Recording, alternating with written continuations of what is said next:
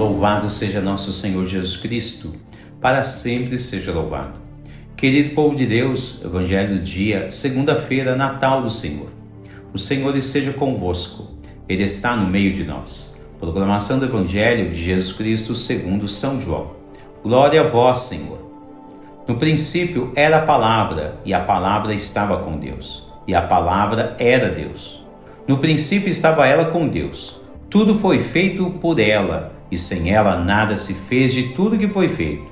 Nela estava a vida, e a vida era a luz dos homens. E a luz brilha nas trevas, e as trevas não conseguiram dominá-la. Surgiu um homem enviado por Deus, seu nome era João. Ele veio como testemunha para dar testemunho da luz, para que todos chegassem à fé por meio dele. Ele não era luz, mas veio para dar testemunho da luz, daquele que era a luz de verdade, que vindo ao mundo ilumina todo o ser humano. A palavra estava no mundo, e o mundo foi feito por meio dela, mas o mundo não quis conhecê-la. Veio para o que era seu, e os seus não a acolheram. Mas a todos que a receberam, deu-lhes capacidade de se tornarem filhos de Deus, isto é, aos que acreditam em seu nome. Pois estes não nasceram do sangue, nem da vontade da carne, nem da vontade do varão, mas de Deus mesmo. E a palavra se fez carne e habitou entre nós. E nós contemplamos a sua glória, glória que recebe do Pai como Filho unigênito, cheio de graça e de verdade. Dele, João dá testemunho clamando: este é aquele de quem eu disse, o que vem depois de mim passou à minha frente, porque ele existia antes de mim. De sua plenitude todos nós recebemos, graça por graça. Pois por meio de Moisés foi dada a lei, mas a graça e a verdade nos chegaram através de Jesus Cristo. A Deus ninguém jamais viu, mas o unigênito de Deus, que está na intimidade do Pai, Ele nolo deu a conhecer. Palavra da salvação, glória a vós, Senhor. Querido povo de Deus, nesta segunda-feira, Natal do Senhor, as leituras proclamadas são Isaías capítulo 52, Salmo 97 e Hebreus capítulo 1. A liturgia natalina é uma fonte inesgotável de riquezas espirituais, de inteligência, sabedoria a ser conquistada, aprendizados, conhecimentos históricos e religiosos, enfim. E sempre com o intuito principal de levar todos os filhos a um grau mais elevado na participação divina dentro do espaço das coisas terrenas às quais nos encontramos. A visão profética de Isaías, na leitura de hoje, diz que o Senhor irá visitar as ruínas de Jerusalém. De fato, houve a destruição do templo de Jerusalém. E neste cenário, é importante recordar que no tempo desta profecia de Isaías, o templo de Jerusalém ainda não havia sido destruído, ainda estava erguido.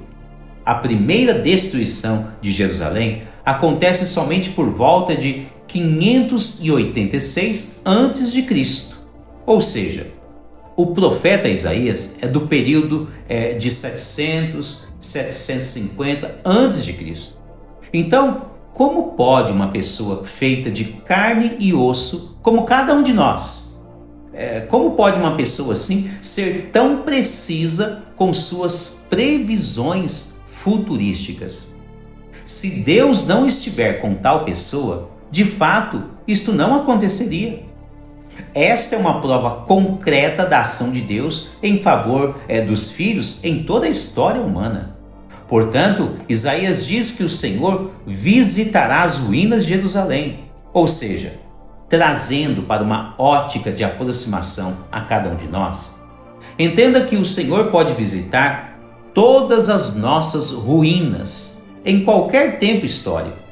Com efeito, a profecia de Isaías enfatiza que o Senhor estará caminhando em meio ao seu povo. Religiosamente, vemos esta confirmação na segunda leitura de hoje ao dizer: nestes dias, que são os últimos, Ele nos falou por meio do seu Filho. Quando foi que isso aconteceu, querido povo de Deus?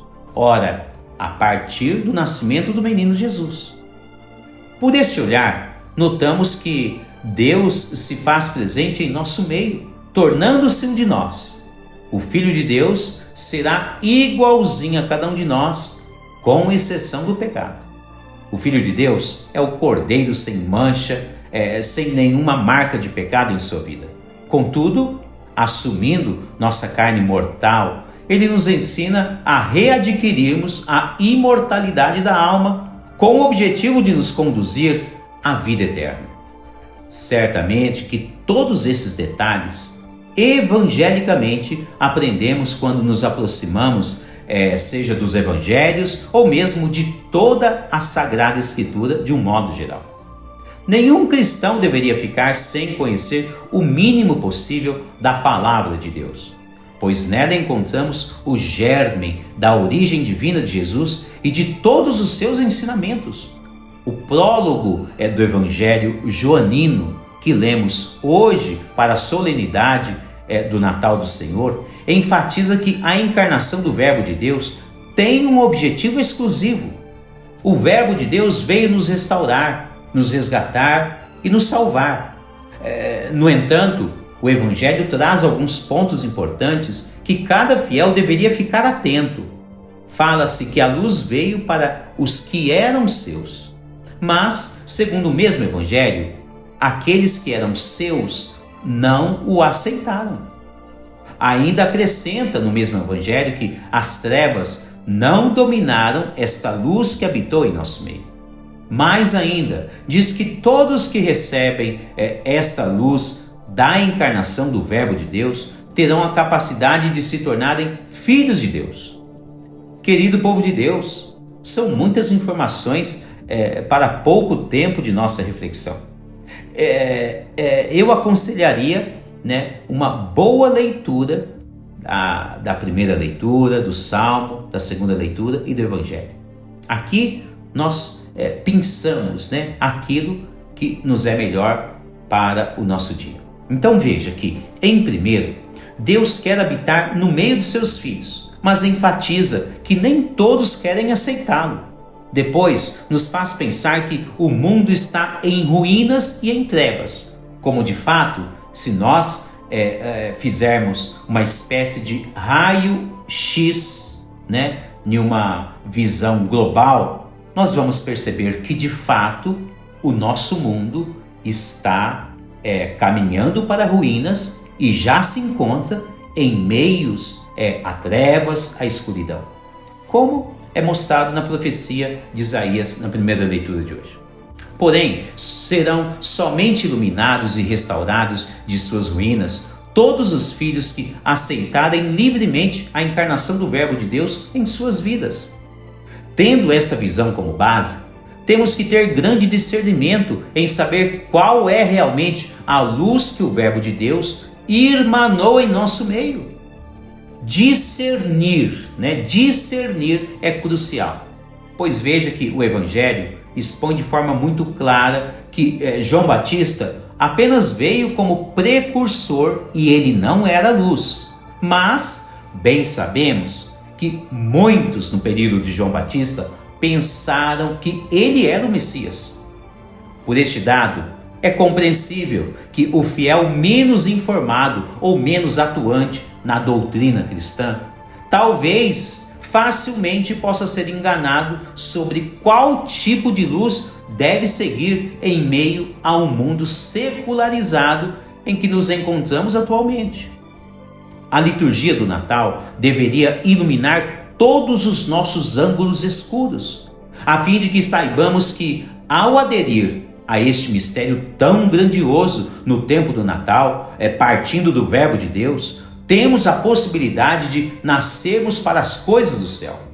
Pois, ao nascer nesta vida, quando nós nascemos nesta vida, nós herdamos o pecado de nossos pais, Adão e Eva.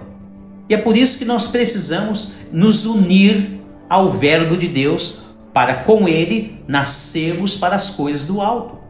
Portanto, temos que renascer com as coisas do céu e saber quem vai nos trazer esta fonte de recriação da humanidade né? Quem vai nos trazer a fonte de restauração é o Verbo de Deus. E por isso ele habita no meio de nós, como nós rezamos no Evangelho de hoje. Reparem bem que, apesar do papel importantíssimo da Virgem Maria, de São José, dos Reis Magos, dos pastores, dos anjos, enfim, nesta liturgia, o que realmente está no centro é o Verbo de Deus, a encarnação do Verbo de Deus. O Verbo de Deus, ele se encarna no seio imaculado da Virgem Maria e habita no meio de nós. É o Verbo de Deus que deseja habitar em nossa vida. Por isso, ao participar das águas do batismo, quando nós somos batizados, né? Então, a pessoa neófita, o neófito, nasce do céu e não mais da terra. Em um de seus sermões, São Leão Magno diz assim: despojemo-nos, portanto, do velho homem com seus atos, e tendo sido admitidos a participar do nascimento de Cristo, renunciemos às obras da carne. Toma consciência, ó cristão, da tua dignidade, e já que participas da natureza divina, não voltes aos erros de antes por um comportamento indigno de tua condição. Lembra-te de que cabeça e de que corpo és membro. Recorda-te que foste arrancado do poder das trevas e levado para a luz e o reino de Deus. E continua ainda São Leão Magno, para a nossa conclusão. Pelo sacramento do batismo, te tornaste templo do Espírito Santo. Não expulses com más ações tão grande hóspede. Não recaias sob o jugo do demônio, porque o preço de tua salvação é o sangue de Cristo. Querido povo de Deus, acolhamos o Verbo de Deus em nossas vidas e em nossos lares. Feliz Natal a todos vocês. Deus abençoe você e toda a sua família.